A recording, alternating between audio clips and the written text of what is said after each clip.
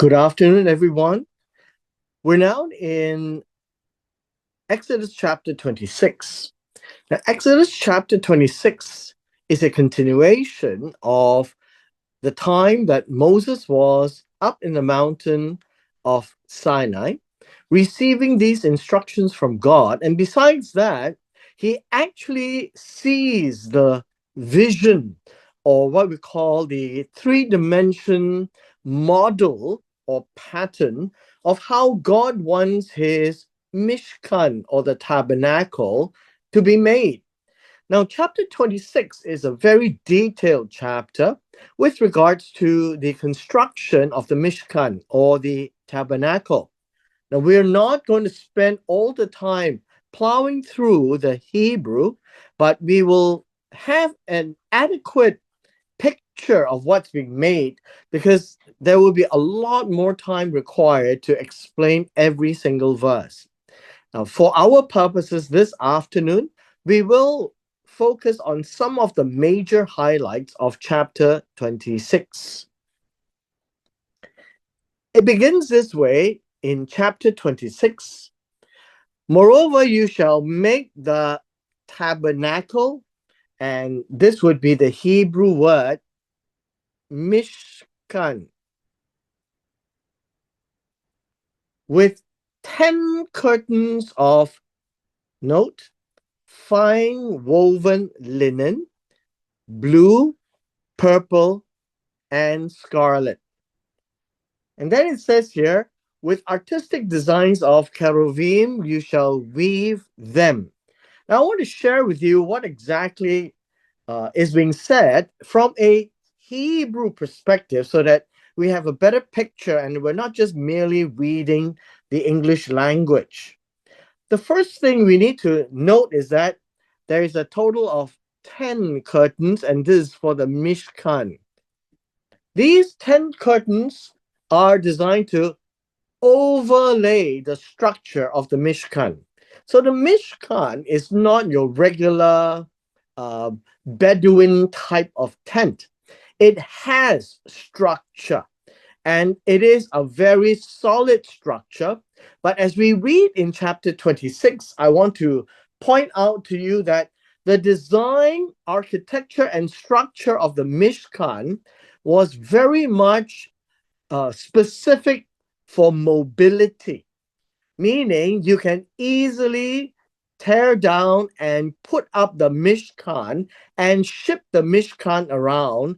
And that's basically the design given by God. But for our purposes this afternoon, in chapter 26, you will actually see a fair bit of detail, but not enough for us to create a replica, but enough for us to appreciate the detail that's gone into the design of the Mishkan. First, 10 curtains of 4 colors. The 4 colors are these: linen native color, blue or turquoise type color, purple type color, and a scarlet color. And these are to be woven into a single thread. And so you can think of it that there are 4 strands of different colors. And these different colors are very much for the purposes of making the Mishkan. Now, obviously, uh, we are not told all the finer details, but we are told of enough detail that this is a very strong way of weaving curtains. And in this method, it would be used for the external covering of the Mishkan. And it is very beautiful. And this would be the Mishkan that is supposed to comprise of what we call artistic designs. Now, artistic designs are, well, I guess you can call it the artisan's work. I think this would be a better way of saying that this is an artisan work. And this word cherubim, as we see in the text, it is understood as, I guess, you call it a weaving of some pictures of animals, right? Picture or pictures of animals, of beasts. Now, according to Rashi and some of the ancient sages, these would be a picture on one side of a lion, on the other side of an eagle. So these are traditions that has come down. It is not a cherubim of the angelic being, but a picture of a certain beast, and in the tradition would be a lion on one side and an eagle on the other side, or patterns of lions and eagles, each on one side. Next, we are told of the dimensions of the curtains. The length of each curtain shall be 28 cubits. Now, recall cubits would be an amma. That would be an amma. And the width of each curtain is 4 cubits. These are very specific dimensions. And every one of the curtains shall have the same measurement. This one says that it is one measurement for one piece, and every one of the piece have one measurement. So it says here the same measurement. This word same is one, echad. Basically, in English, it is called same, but in the Hebrew, it is basically saying that every of the curtain has only one dimension. That's what it's trying to say in the Hebrew. It is not about anything other than to describe every curtain is identical in its dimension. So this word same is an English word. It's not in the Hebrew language, but it's an interpretation of the word one. Next, we're told 5 curtains shall be coupled together to one another. And this word coupled together is really to be joined together, binded together in some way. So joined together, binded together. And the other 5 curtains shall be joined together to one another.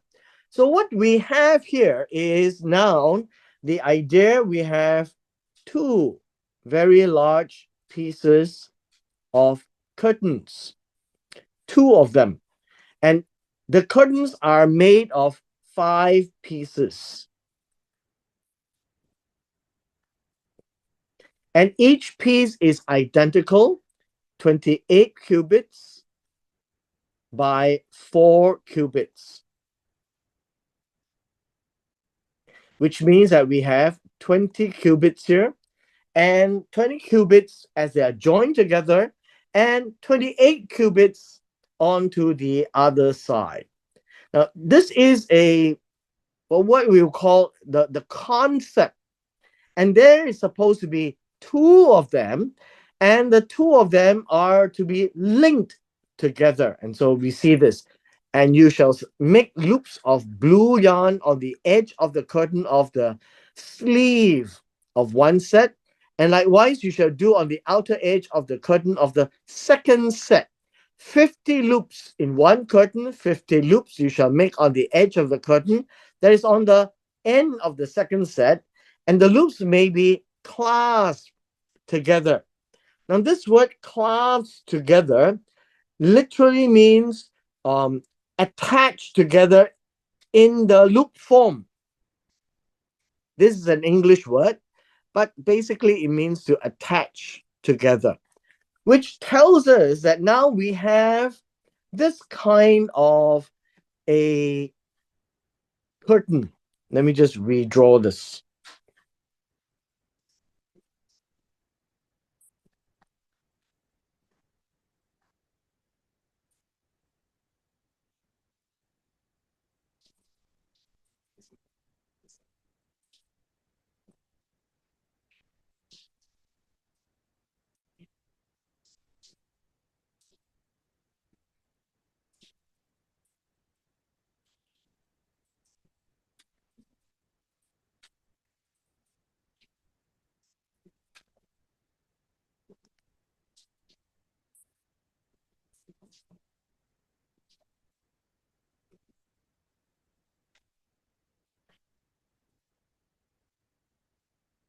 And so now we have a rather long uh, curtain in a set of two curtains hooked on to each other. Now, we're not going to pay too much attention to some of the details, and we'll leave it for another day when we have time to dig into the details of the finer points of the Mishkan. Verse 6, and you shall make clouds of gold and couple the curtains together with the cloud so that they may be one Mishkan. The idea of one Mishkan is the same as one here and one here. Echad, one piece. And so this entirety that you see is now one piece. Now, the reason why God made it from two pieces and hooked together is so that when you tear it apart, there will be two pieces that you can hang on to. It's not one gigantic big piece. As I mentioned up front, what you would see in the entire design here is that the patterns that God showed Moses is that this is a very mobile, easy to put together, and easy to tear down kind of tabernacle or mishkan. We go to verse 7. You shall also make curtains of goat's hair. Now understand that goat's hair here would be black. These are black goat's hair. And these are similar ideas of curtain to be a tent over the Mishkan. You shall make 11 curtains as opposed to 12. The length of each curtain shall be 30 cubits, and the width of each curtain is 4 cubits. And the 11 curtains shall all have the same measurement, meaning there's only one measurement, but in 11 pieces. And you shall couple 5 curtains by themselves, and then 6 curtains by themselves.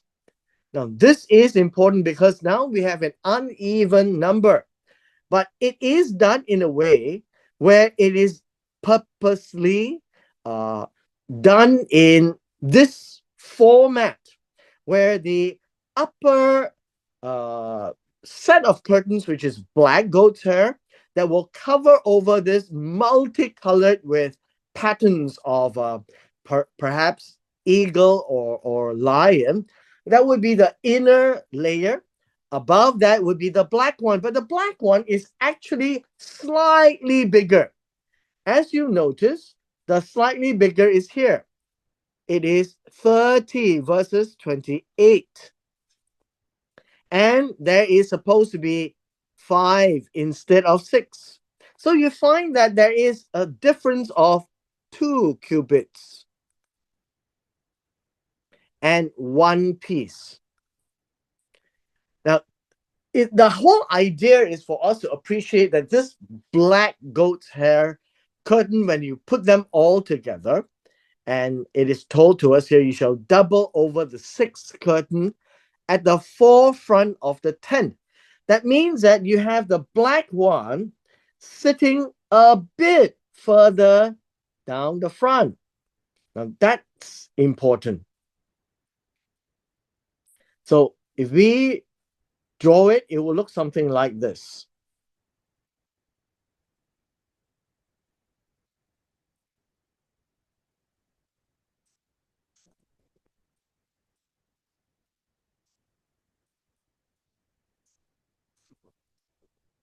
And the whole picture that we are getting is that the tent, the black tent, is bigger, and that would be 30. and it will be longer, and it will be, this one will be 24.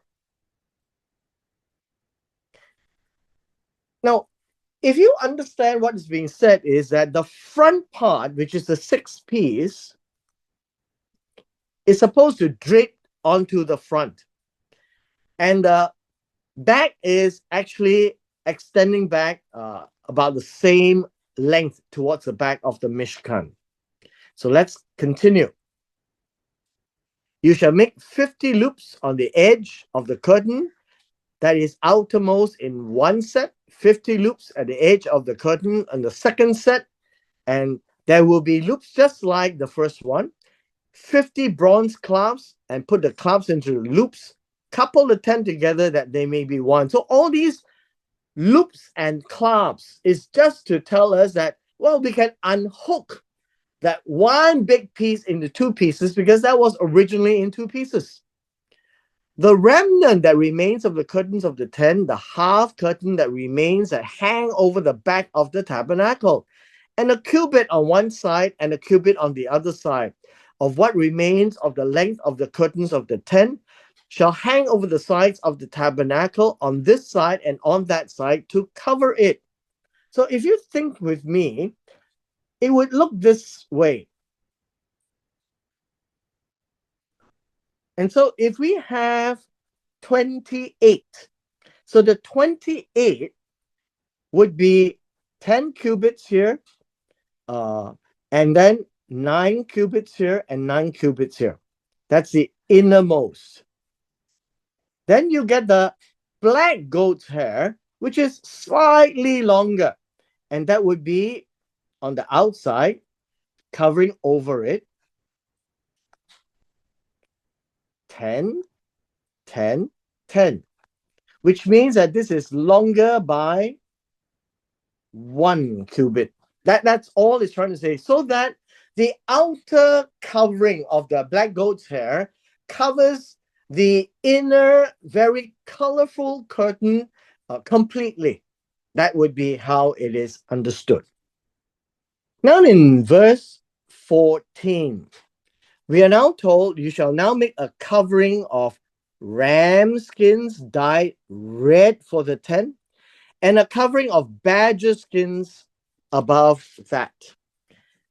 It is, how should we say, or in addition to the goat's skin, goat's hair, then we have a ram skin and then a badger skin.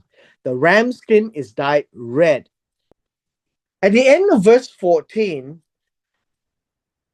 those were the instructions that were given as how it would cover the entire Mishkan.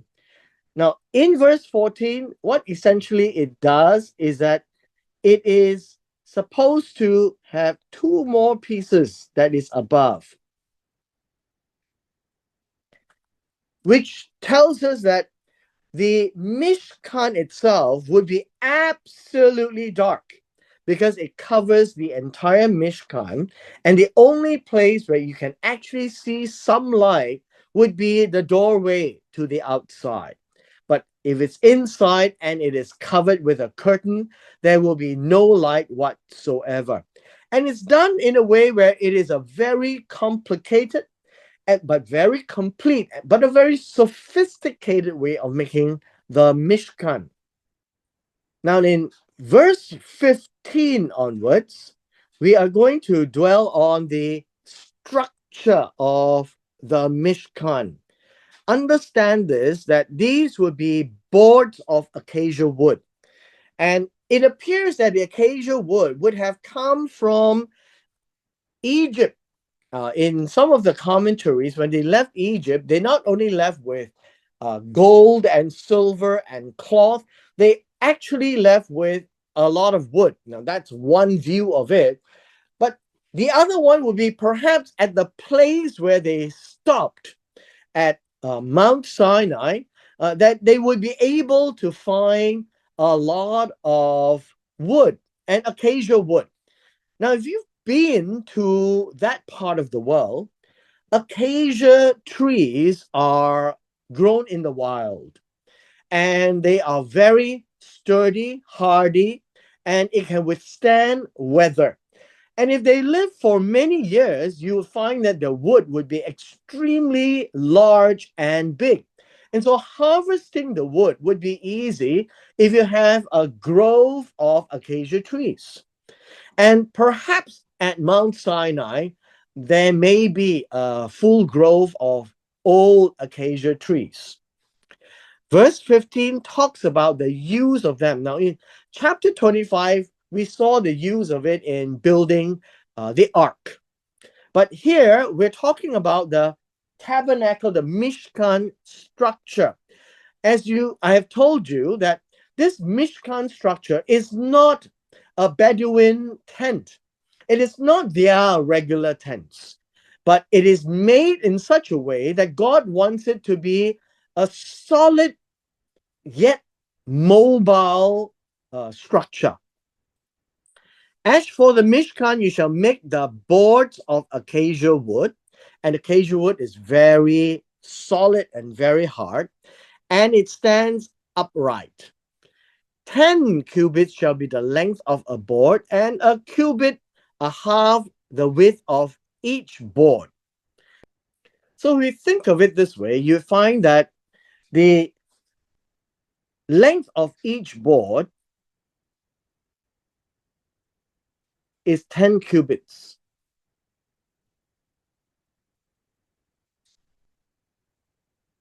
So it's 10 cubits here. And a cubit and a half the width. So 1.5 cubits the width. But these boards are big boards. So all you will have to understand is that these boards are big and thick. To find 10 cubits and 1.5 cubit. 2 tenons shall be in each board for binding one to another. Thus you shall make for all the boards of the tabernacle. Now, this idea of a tenon is, I guess, is important for us to understand. And a tenon actually means a little edge. And so let me just draw you that concept. The concept is this.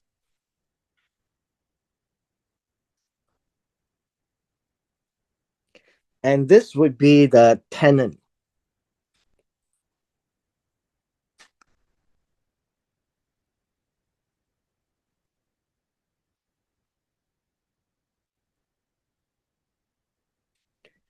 And so you find that there is this little edge.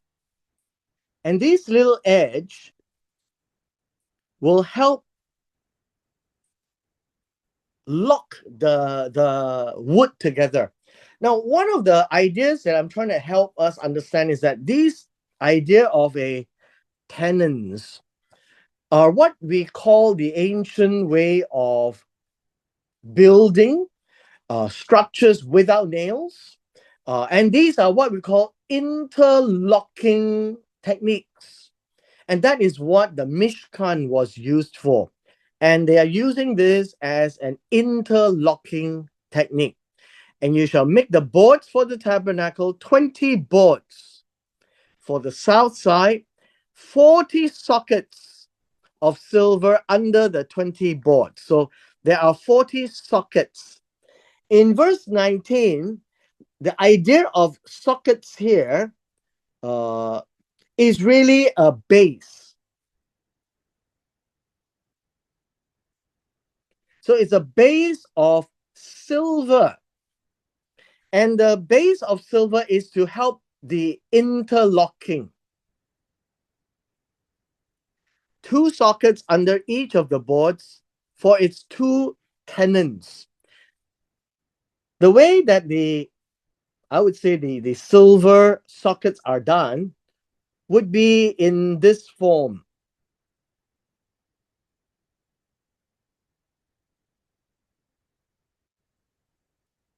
You'd find that it is a way of 2 holes, I guess you can call it this way. there are two holes.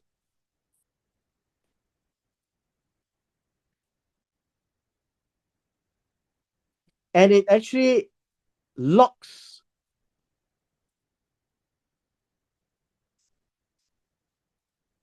So it actually locks the pieces together. And if you look at it from the top side, it will look something like this. And it's made of silver. And that will form the base. So two sockets under each of the boards of its two tenons. So there is two sockets here. One, two. And it's to lock them to the ground.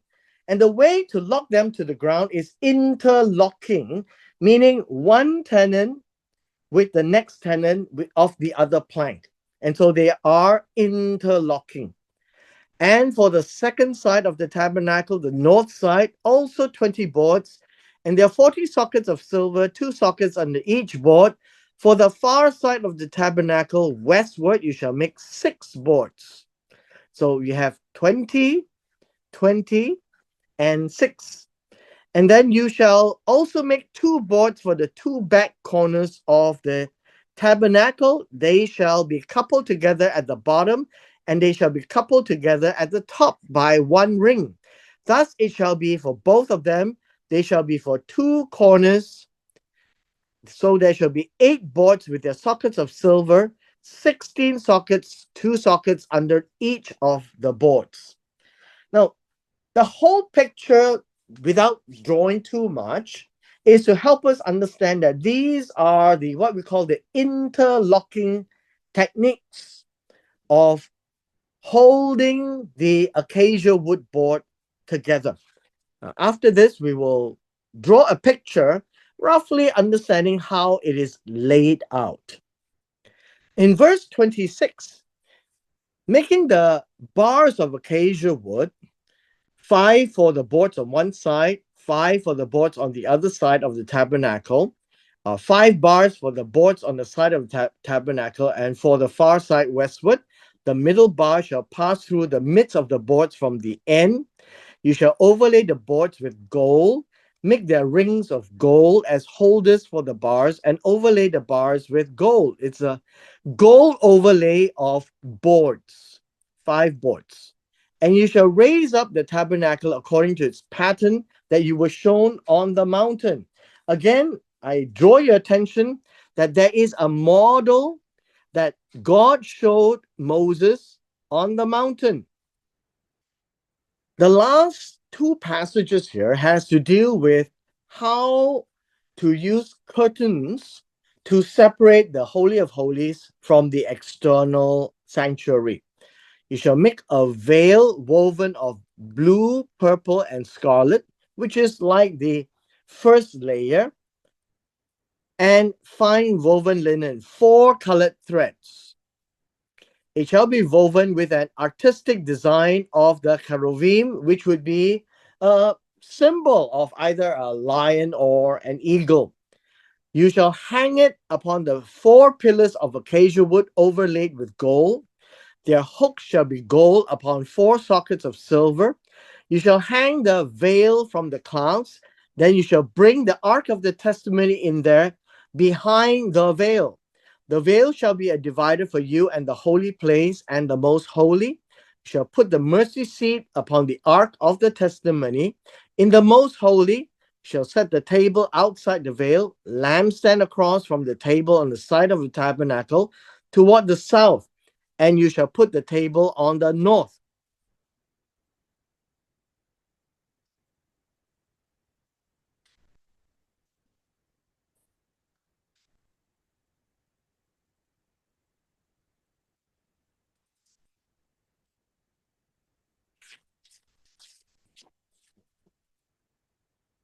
So now we can have an idea of how this is done. We have 8 pieces here. And then we have 20 pieces here.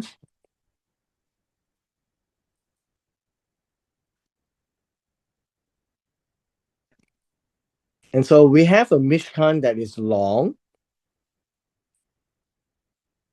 And here at about the seventh piece, we have 4 pillars.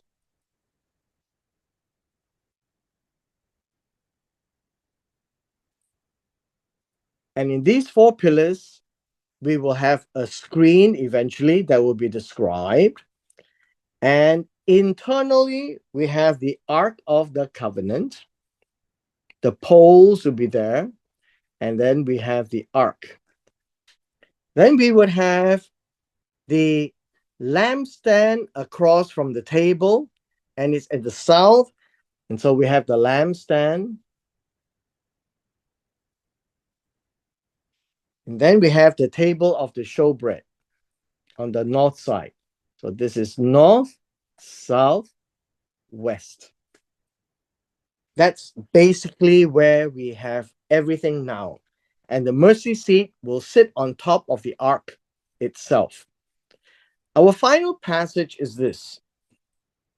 You shall make a screen for the door of the tabernacle, woven of blue, purple, scarlet, and fine woven linen, made by a weaver. Notice these are the same colors. Same colors. And you shall make for the screen 5 pillars of acacia wood, and overlay them with gold. Their hooks shall be gold, and shall cast 5 sockets of bronze for them. Now, we can say that this would be the case. So there'll be 1, 2, 2, 3, 4, 5. And with this, we can have a, well, I guess the curtain right here.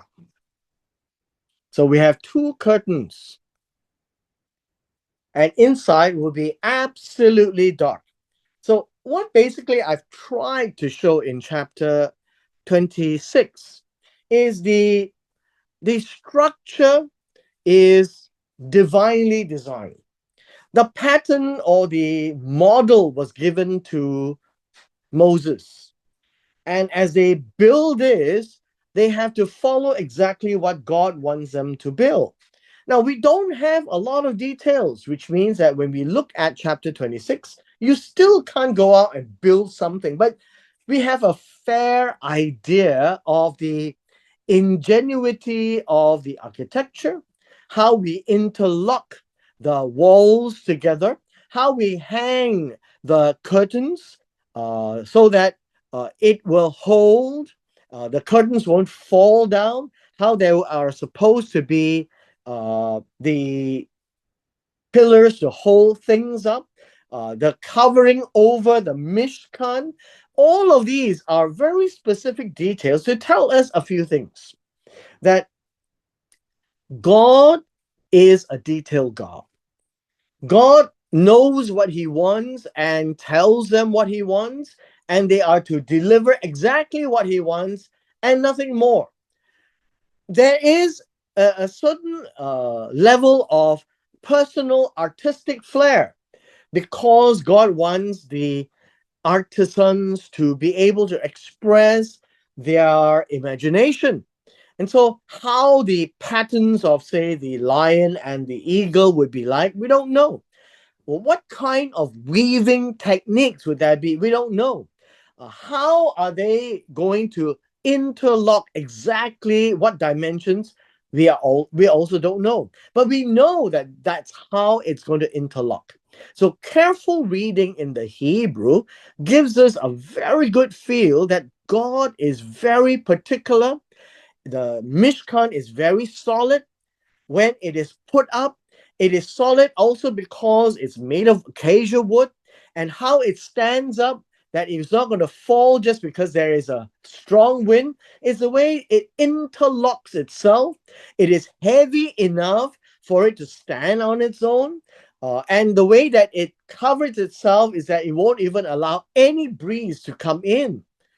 And the entire concept that is expressed in chapter 26 is to give us a picture of the mind of God.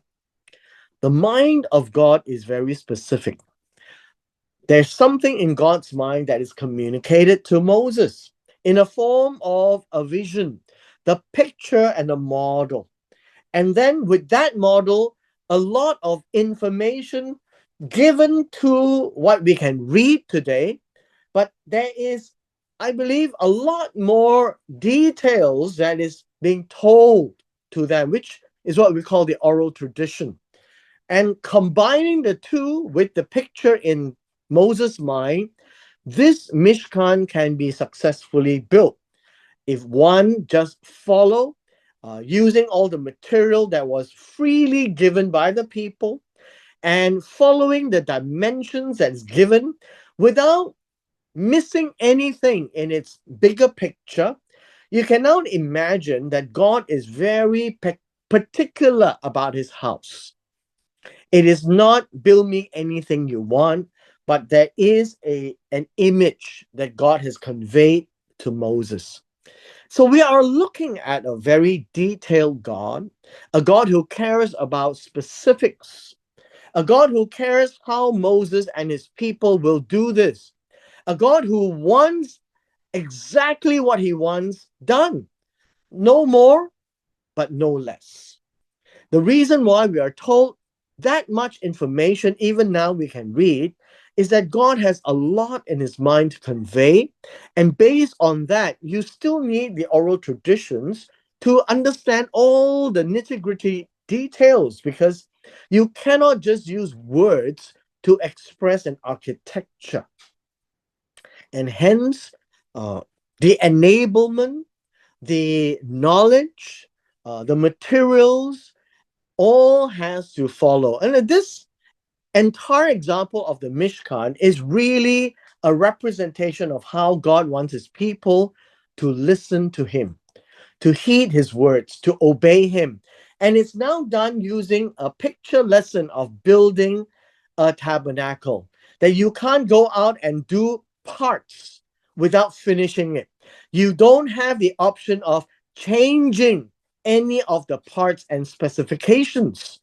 It is God's house, God's rules. It is not up to the artisans and the weavers and the construction workers to modify anything. In fact, if they don't follow to the letter, then they wouldn't have done it correctly. So it reflects on us today that when we go and commission somebody to build us a house, and that it doesn't meet your requirements because it doesn't follow what you want, that the one who is building it tries to use their own imagination and empowerment, there is no such thing because you're not going to pay for it. That's the same way when God instructs Israel, God only expects Israel to do as told. No more, but no less. And so that is important for us to appreciate from chapter 26, aside from the architectural and design uniqueness of a no-nail type of construction. And with this, we come to the end of our session today.